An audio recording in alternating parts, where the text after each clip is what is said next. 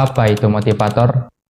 Gua lihat di Wikipedia, motivator adalah orang-orang dengan profesi atau pekerjaan memotivasi orang lain, dan mereka dibayar untuk hal itu. Lantas, kenapa fans Ronaldo nggak dibayar?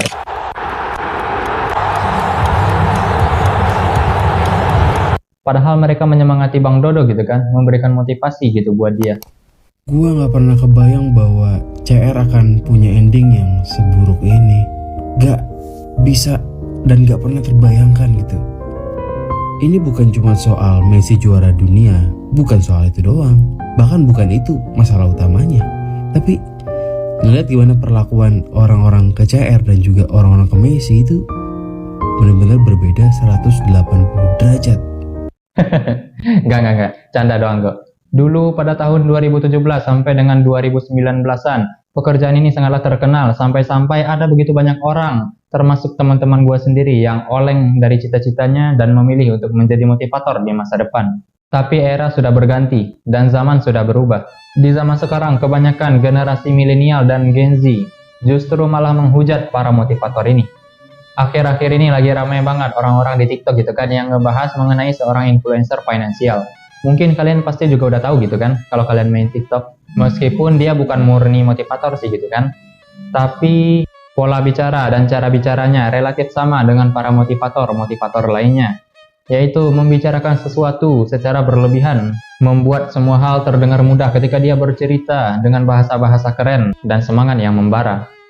Tetapi orang-orang seperti ini yang konon katanya tujuannya adalah untuk mengedukasi, mengajari orang lain, sepertinya mereka tidak benar-benar tahu mengenai siapa yang mereka ajari, atau mungkin lebih tepatnya mereka sebenarnya tidak mau tahu mengenai bagaimana kondisi dari orang-orang yang mereka ajari.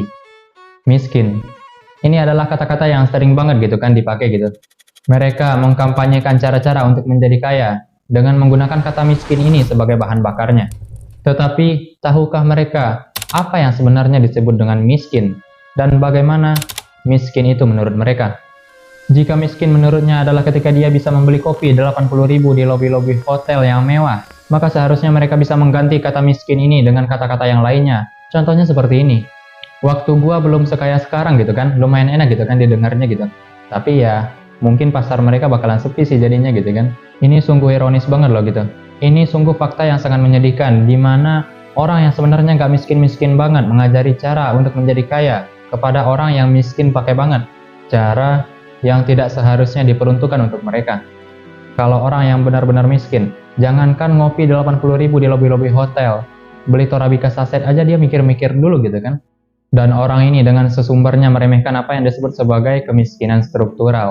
Ini menunjukkan dengan sangat jelas bahwa sebenarnya dia itu tidak tahu apa-apa mengenai apa yang disebut sebagai kemiskinan itu sendiri.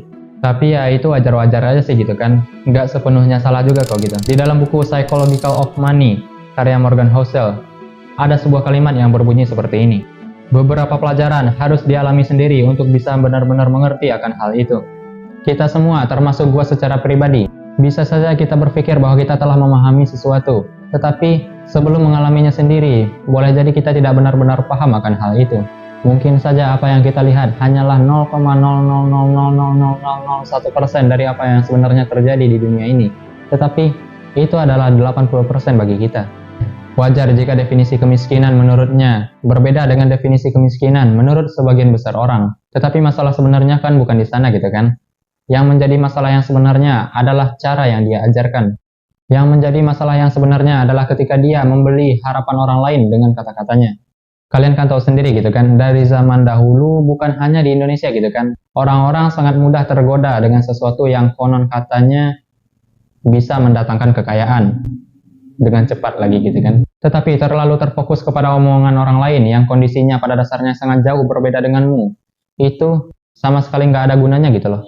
Itu sih salah satu hal yang harus diluruskan. Hidup semua orang itu kan nggak sama rata gitu kan. 0 menurut dia dan 0 menurut kita itu kan berbeda gitu kan definisinya gitu. Kalau misalkan kondisi semua orang kita rasakan, dia mulai dari 0, kita mulai dari minus gitu kan. Kebanyakan dari mereka cenderung lebih dominan untuk mengatakan sesuatu yang bersifat dogmatis belaka. Mentok-mentok sampai teori gitu kan. Jarang sekali ada pembahasan yang menuju ke arah metode atau teknis yang mana hal-hal tersebut bisa kita implementasikan secara langsung di kehidupan sehari-hari. Intinya apa yang disampaikan oleh para motivator-motivator ini Rata-rata, kebanyakan oversimplifikasi atau bahasa Indonesianya terlalu disederhanakan dari sebuah cerita yang benar-benar kompleks. Sehingga ini bisa menjadi sesuatu yang benar-benar tidak masuk akal bagi para pendengarnya. Oke, tujuannya baik gitu kan, tapi sebuah tujuan yang baik bisa saja berakhir dengan tidak baik karena eksekusinya yang tidak baik pula. Oke, kalian termotivasi. Yap, semangat kalian tumbuh dan membara. Lalu, apa? Kalau misalkan kalian mau ngejual barang, kalian diajarin nggak? Suppliernya di mana gitu kan? Atau kalau kalian mau memproduksi barang, kalian diajarin nggak? Cara memproduksinya gimana gitu? Oh, tentu tidak. Ini semua kan soal genset gitu kan? Selalu ada yang namanya proses di dalam perjalanan kehidupan. Dan di dalam proses itu, mungkin saja kita akan berdarah-darah, kehilangan uang, kena mental, dan jika beruntung, akhirnya sebuah gagasan akan bisa hidup dan berkembang. Kegagalan dan pencapaian itu tidak semata-mata terjadi hanya karena kita rajin atau kita malas.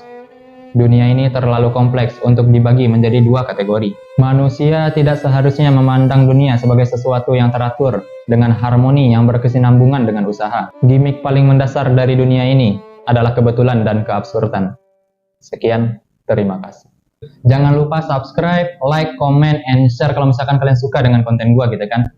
Dah, itu aja.